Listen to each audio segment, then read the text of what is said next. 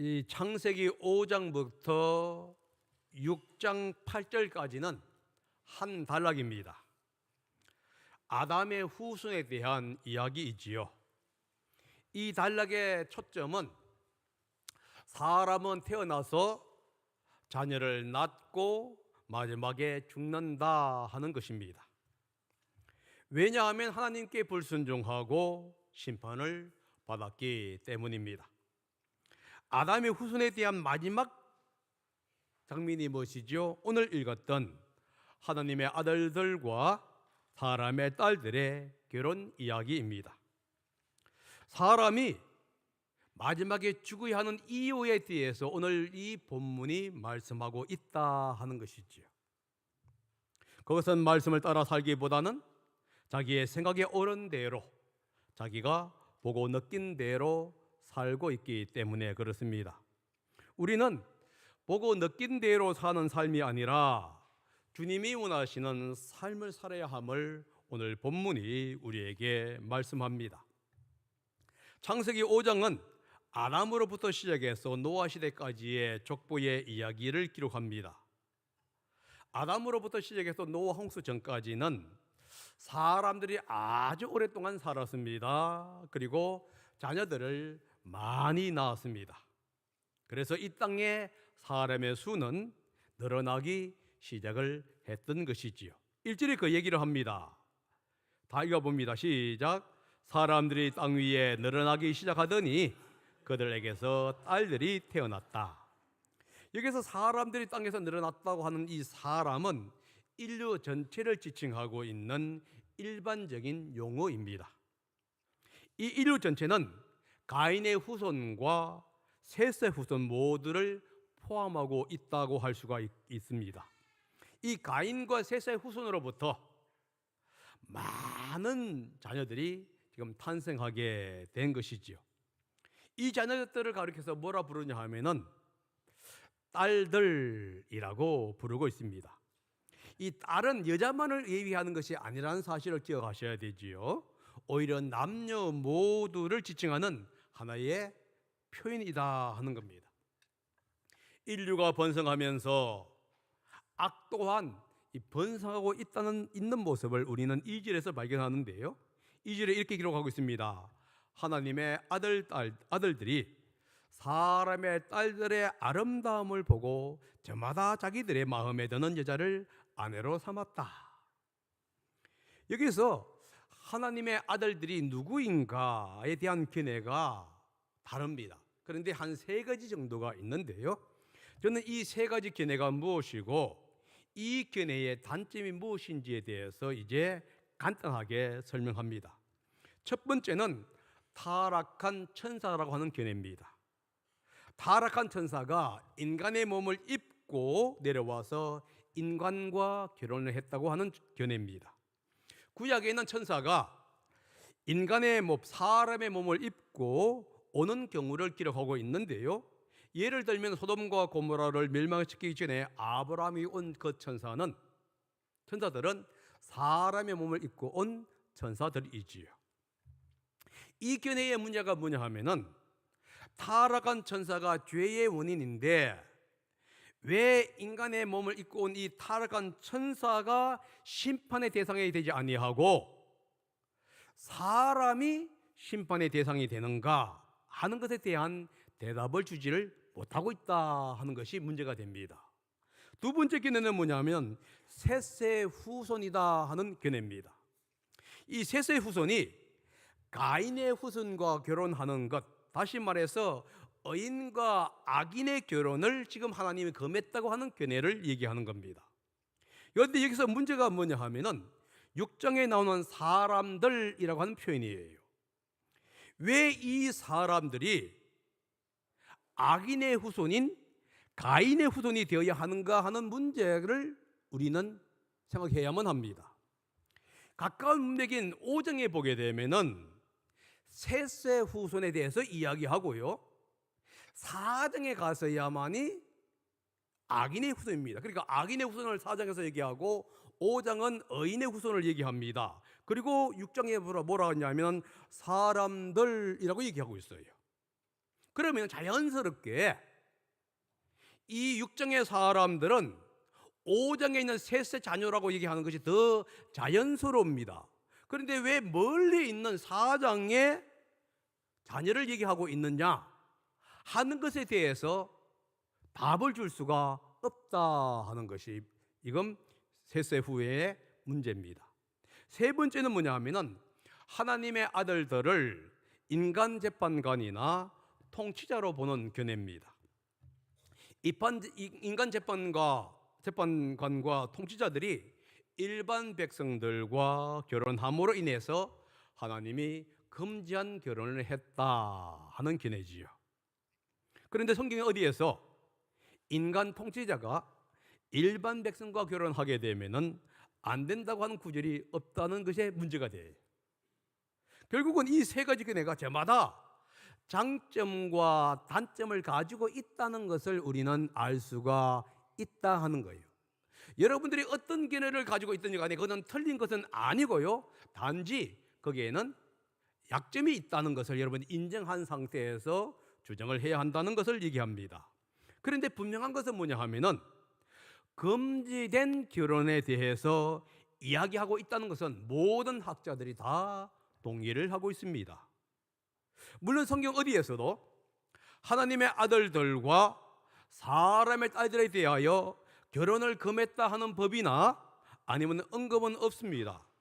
그렇다면 어떻게 이 절이 금지된 결혼을 이야기하고 있다고 우리가 단정할 수 있느냐 하는 질문을 던질 수가 있어요. 다시 한번 이 절을 읽어보겠습니다. 시작. 하나님의 아들들이 사람의 딸들의 아름다움을 보고 저마다 사람들의 마음에 드는 여자를 아내로 삼았다. 여기에 두 가지의 힌트가 나오는데 이 두 가지 힌트가 금지된 결혼에 대한 힌트입니다. 첫 번째는 뭐냐 하면은 하나님의 아들들이 딸들의 아름다움을 보고 아내로 삼았다 하는 구절이에요. 여자의 아름다움을 보고 아내를 삼았다. 여러분 이것이 뭐와 연결되죠? 하와와 연결됩니다. 하와는 선과 악을 알게 하는 나무의 실과를 보니 먹음직도 하고 보암직도 하고 탐스럽기도 한 만큼 아름다운 열매였다라고 얘기하는데요. 그래서 그 열매를 취하게 됩니다. 그런데 하와가 본 열매가 뭐냐면 먹음직도 한 열매였어요. 그런데 여기서 먹음직도 한 열매라고 하는 그 용어가 히브리어로 토브, 좋았다라는 뜻이에요. 6장에 나오는 하나님의 아들들이 사람의 아름다움을 보고 아내를 삼았다라는 구절이 나오지요. 여기서 아름답다는 용어도 토브, 좋았다라는 것입니다. 하와는 금지된 과실의 열매가 토브, 좋은 것을 보고 보았다는 뜻이고요. 하나님의 아들들도 딸들의 딸이 토브, 좋았다는 것을 보았다 하는 거예요. 그들이 좋은 것이에요. 여기서 아름다움이라는 게 좋은 거예요. 그냥 예쁜 것만 얘기한 게 아니라 딱 보니까 마음에 들고 딱 보니까 내 마음에 흡족해. 좋았어요. 그래서 자신이 보기에 좋았기 때문에 하나님의 명령을 알면서도 하와는 따먹었고 하나님의 아들, 딸들은 결혼을 했다 이거예요. 다시 말해서 자신의 감정이 자신의 느낌이 하나님의 말씀보다 우선했다라고 지금 얘기하고 있는 것입니다. 두 번째 이유는 뭐냐 하면 6절에 나오는 보았다, 좋았다, 취했다의 반복이다 하는 거예요. 이 반복은 인간의 영적 분별력이 아니라 육체의 아름다움과 자신의 감정에 취해서 결혼했다는 것을 지금 알려주고 있는 내용이다 하는 겁니다. 육체의 아름다움을 보고 도취해서 결혼한 가장 대표적인 인물이 누구냐? 삼손이에요. 삼손의 이야기는 사사기 13장에서 16절에 나오는데요. 삼손은 태어날 때부터 하나님께 바쳐진 나실인이라는 것이에요. 그런데 나실인으로서의 하나님의 뜻을 따라서 살아야 했던 삼손은 오히려 여자의 아름다움에 도취되어서 인생을 살았고 허비했던 사람입니다.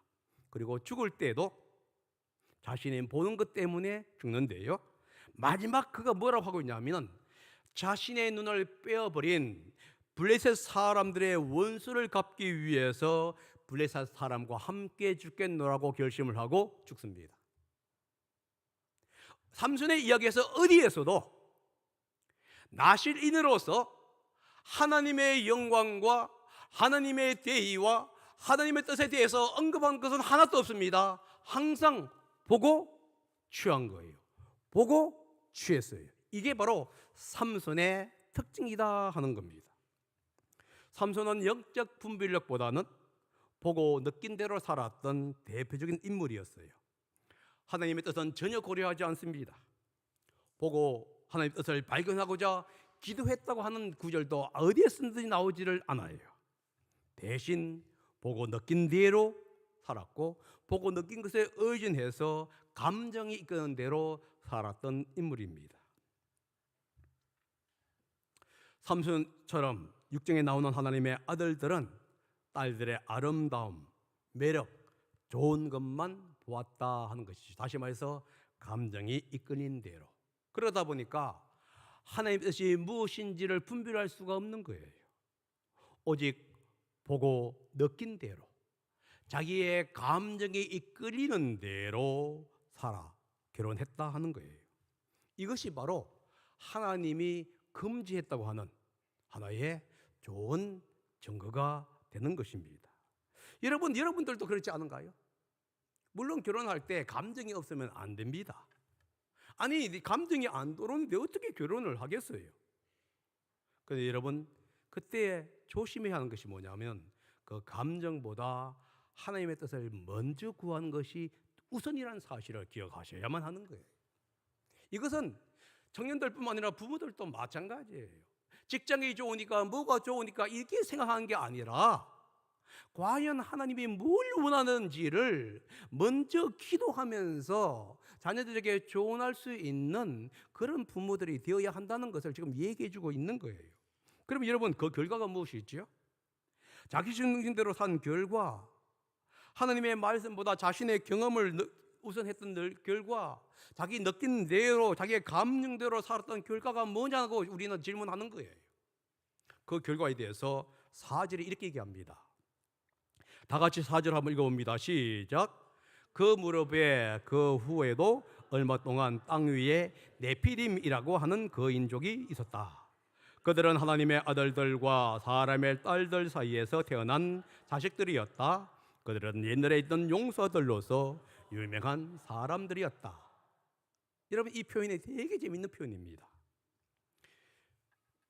마음에 원한 대로 결혼한 결과가 뭐였지요? 네피림이라고 하는 자녀를 탄생하는 거예요. 여러분, 네피림은 누구냐면 성경가 이렇게 얘기합니다. 하나님의 아들과 사람의 딸들이 결혼해서 태어난 자녀들이라고 얘기하고 있지요. 네피림은 거인, 괴물, 유산자 혹은 하늘에서 떨어진 사람이라고 하는 뜻이 있어요. 이들은 고대의 영웅이었고 용서였고 폭력으로 이름을 남긴 사람들을 뜻하는 표현입니다. 하나님의 아들들과 사람의 딸들은 자기의 생각, 자기가 보고 느낀 대로 살았기 때문에 네피림을 나눈 거예요.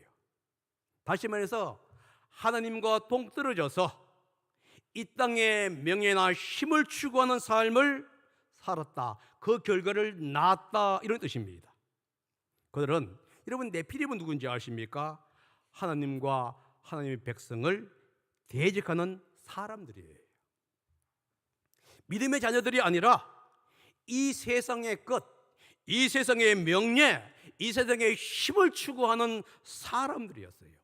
골리앗과 같이 자기 힘만 의지하는 사람이 네피림이었고요. 이스라엘 백성들이 민수기에 보게 되면 13장에 보게 되면 이스라엘 백성들이 두려워하고 이 사람들을 공격하고 이 사람들에게 메뚜기와 같다고 만들었던 사람들이 누구냐? 네피림이다 하는 것이에요. 여러분, 자기 마음대로 살면 이런 결과를 낳는다는 거예요. 자녀를 낳는다는 의미도 있지만은 여러분의 삶과 저의 삶이 하나님의 말씀과 뜻대로 살지 아니하고 내 마음대로 살아갈 때에 결국은 하나님과 동떨어진 힘과 권력을 얘기하고 악을 추구하는 사람으로 바뀌어진다는 것을 지금 성경은 우리에게 말씀하고 있다 하는 겁니다. 그러면은 하나님의 뜻보다 자신의 보고 느낀 대로 사는 사람, 자기 감정대로 살아가는 사람의 결과가 뭐냐는 것이에요. 첫 번째 결과는 뭐냐 하면은 하나님의 영이 그들과 함께하지 않는다 하는 겁니다. 여러분 3절 상반절입니다. 한번 읽어봅니다. 시작. 주님께서 말씀하셨다. 생명을 주는 나의 영이 사람 속에 영원히 머물지는 않을 것이다. 하나님이 금지한 결혼을 하는 이들과 함께하지 않겠다고 선언하고 있습니다. 하나님은 자신이 보고 느낀 대로 살아가는 사람들과 함께하지 않겠다는 것이지요. 하나님의 영은 하나님의 말씀에 순종하지 않고 거역하는 이들과 함께하지 않겠다라는 얘기입니다. 여러분, 하나님의 영이, 하나님의 성령이 함께하지 않는다는 것, 여러분 뭐 그래서 어쨌거나 하고 할 수 있겠지만 엄청난 무서운 것이에요. 하나님의 사람들이, 그리스도인들이 이 땅에서 살아가는 힘은 무엇인지 아십니까? 우리 속에 있는 성령의 능력이에요. 성령께서 우리 가운데 있기 때문에, 하나님의 영이 우리 가운데 있기 때문에 하나님을 예배하고자 하는 마음이 있는 것이에요. 이 땅에서 하나님답게 사람답게 살고자 하는 욕망이 있게 되고 그렇게 살고자 하는 소망이 있게 되는 겁니다. 그런데 하나님의 영이 함께 하면 어떻게 되는지 아십니까? 믿지 않는 사람과 똑같이 되고 그보다 더 악해집니다. 하나님의 영이 함께 하자면은 그리스도인들은 무법천지가 돼요. 믿지 않는 사람보다 더 악한 삶, 더 악한 못한 삶을 살아가요. 여러분 목회자들 모여서 회의할 때에 성령이 떠난 순간 그게 막 악만이 있어요. 집사회의할 때에 성령의 은혜가 없고 자기가 느낀 대로 살아갈 때에 악만이 있는 거예요. 거기에는 믿는 사람으로서도 볼 수 없는 그런 희한한 일들이 집사회의나 목사들의 모임 속에 나타납니다. 왠지 아십니까? 성령께서 떠나기 때문에 나타나는 현상이에요. 여러분 두 번째 결과는 뭔지 아십니까? 사람의 수명을 제한한다 하는 거예요. 3절 하반절입니다. 성경을 읽어 시작. 사람은 살과 피를 지닌 육체요 그들의 날은 120년이다. 사람의 날, 사람의 수명을 120년으로 정합니다. 이 120년이라고 하는 견해는 두 가지 견해가 있는데요. 하나는 뭐냐? 이 선언부터 노아 홍수까지 120년이라 하는 설이 있습니다. 하나님은 사람들을 곧바로 심판하지 아니하고 대신 사람들을 회개할 수 있는 기회를 주었는데 이 기간 동안에 노아와 노아의 가족들은 방주를 짓는 일을 했다. 그래서 방주를 짓도록 하기 위해서 120년을 이제 놔뒀다는 견해가 있습니다. 다른 하나는 뭐냐면은 사람의 인간 수명을 120년으로 정했다 하는 견해가 있어요. 물론 노아 홍수 후에도 일부 사람들은 120년을 넘게 산 경우도 성경에 기록되어 있어요. 그런데 시편에 이렇게 얘기하죠. 사람의 연수는 70이요 강건하면 80이다. 그런데 그것보다 더 오래 산 사람들도 있어요. 그러나 분명한 것은 뭐냐면 사람의 수명이 홍수 이전보다 홍수 이후가 급격히 떨어졌다 하는 거예요. 홍수 이전에는 보통 700년, 800년, 900년을 살았습니다. 그런데 홍수 이후에는 200년 이하로 다 떨어져요. 저는 이 두 가지 견해가 모두가 다 가능하다고 보는 사람입니다. 홍수 때까지 하나님은 120년을 기다리면서 회개를 할 기회를 주는 기간일 수도 있고요. 사람의 생명을 제한하는, 인간의 생명을 제한하는 견해일 수도 있다는 겁니다. 하나님 우리에게 정해신 그 기한이 있는 거예요. 100살이면 100살, 80이면 80세. 그런데 하나님의 영이 떠나실 때, 세상 사람을 자기 마음대로 살았을 때에 하나님은 그 사람의 생명수를 제한할 수가 있다 하는 거예요. 제가 제한한다고 말씀드린 적이 없습니다. 제한할 수가 있다 하는 거예요. 하나님은 자신의 성령을 거두시고 사람의 생명을 제한할 뿐만 아니라 세 번째 결과가 이렇게 얘기합니다. 인간을 지면에서 벌하여 제거해서 버리겠다. 여러분 5절과 7절에 그 얘기를 하고 있습니다. 한번 읽어봅니다. 시작. 주님께서는 사람의 죄악이 세상에 가득 차고 마음에 생각하는 모든 계획이 언제나 악할 것뿐임을 보시고서 땅 위에 사람 지었음을 후회하시고 마음 아파하셨다. 주님께서는 탄식하셨다. 내가 창조한 것이지만 사람을 이 땅 위에서 썰어버리겠다. 사람뿐 아니라 짐승과 땅 위를 기어다니는 것과 공중의 새까지 그렇게 하겠다. 그것들을 만드는 것이 후회되는구나. 하나님은 인류가 점점 악해지는 것을 지금 보고 있습니다. 사회가 총체적으로 회복이 불가능할 정도로 타락하고 부패해져 있었어요. 하나님은 사람의 죄악 때문에 세상을 멸하는데요. 하나님은 사람의 죄악이 세상에 가득할 뿐만 아니라 생각까지 악한 것임을 보았다는 거예요. 그래서 탄식하면서 가슴 아파합니다. 그리고 하나님은 모든 생물을 포함해서 악한 자들을 모두 다 썰어버리겠다라고 얘기해요. 하나님은 사람을 축복할 계획을 가지고 창조했어요. 그런데 사람은 하나님이 주신 축복이나 능력을 악을 위해서 남용을 했다 하는 겁니다. 하나님은 자신이 만든 창조물을 보고 좋았다, 톱 이렇게 얘기했어요. 그런데 사람은 자기 보기 좋은 대로 취하고 하나님이 만든 창조물들을 죄로 더럽히고 있어요. 인간이 하나님의 계획을 왜곡하고 더럽히고 있는 장면이다 하는 거예요. 인간의 마음속에 나오는 계획이 악함을 하나님은 아셨습니다. 그래서 하나님은 먼저 인류를 생각했지만은 사람은 자신을 먼저 생각합니다. 이렇게 타락한 인간의 마음과 계획을 보시고서 하나님은 탄식하고 있는 거예요. 내가 후회한다, 탄식한다는 표현은 하나님이 지금 감정적인 분노가 얼마나 큰 것인지를 얘기하고 있는 거예요. 여러분들이 어떤 것을 보고 탄식하고 분노했을 때 그 감정, 그보다 몇 배가 지금 하나님의 감정이다 하는 거예요. 그래서 하나님은 죄의 권위는 인간을 제거하기로 결정을 합니다. 썰어버리겠다, 이 얘기가 뭐냐면 지워버리겠다는 얘기예요. 하나님은 죄를 지워버릴 뿐만 아니라 죄인까지도 지워버리겠다고 지금 말씀하고 있다는 사실을 우리는 기억해야 합니다.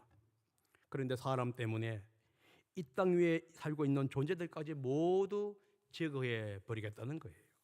짐승과 땅 위에 기다리는 것과 공중의 새까지 하나님은 제거하겠다고 지금 결정하십니다. 사람 때문이에요. 사람의 죄악 때문입니다. 죄 없는 땅과 땅 위에 있는 모든 생물체가 제거의 대상이 되고 있는 거예요. 여기서 우리는 이 죄의 심각성을 깨달아야 한다는 것을 얘기하고 있는 겁니다. 죄는 나만 고통의 구렁텅이로 떨어지게 하는 것이 아닙니다. 나로 인해서 죄 없는 가족이 고통을 당하게 되고요. 죄 없는 공동체가 고통을 당해요. 여러분, 아버지가 술을 먹게 되게 되면 그 자녀가 고통스러워져요. 만약에 여러분의 부모님이 술을 먹고 항상 싸우는 것을 본 사람이라면 거기에 얼마나 큰 상처가 있는지를 알고 있습니다. 아버지가 집에서 담배를 피우게 되면 자녀들의 폐에 엄청난 문제가 터지는 거예요. 아버지가 죄를 짓게 되면 그 자녀들이 아버지의 삶을 보면서 엄청난 고통을 겪게 된다는 거예요. 저는 어떤 분과 자녀들의 결혼에 대한 이야기를 나눈 적이 있습니다. 그분은 이렇게 얘기했습니다. 교회 안에서 자기들은 결혼을 했다는 거예요. 그때는 당사자만 좋으면 됐다는 거예요. 근데 지금은 당사자뿐만 아니라 그 사람의 부모까지 보게 됐다는 거예요. 그래서 부모 때문에 감히 자기 자녀에게 누구와 사귀어 보라고 말할 자신이 없다고 얘기한 것을 제가 들었습니다. 그러면서 부모로서 자신이 어떠한 삶을 살아야 하는지가 참으로 난감하고 조심스럽다, 이렇게 말하는 것도 보았습니다. 우리 교회 젊은이들의 결혼 대상자를 당사자뿐만 아니라 부모까지 고려해야 하는 3중 4중의 고통을 겪고 있을 수 있다는 걸 얘기하고 있어요. 부모들 때문에 죄 없는 젊은이들이 결혼을 하지 못하는 경우도 종종 있어요. 그래서 어떤 자녀가 얘기합니다. 우리 부모를 보았을 때 내가 결코 결혼하지 않겠다. 이게 누구 때문이죠? 다시 한 번 더 생각해 볼 필요가 있는 거예요. 이것은 마치 인간의 행동과 생각의 완악함 때문에 죄 없이 땅 위에 살고 있는 모든 공동체, 모든 생명체가 고통을 받고 제거되는 것과 무엇이 다르냐 하는 것이에요.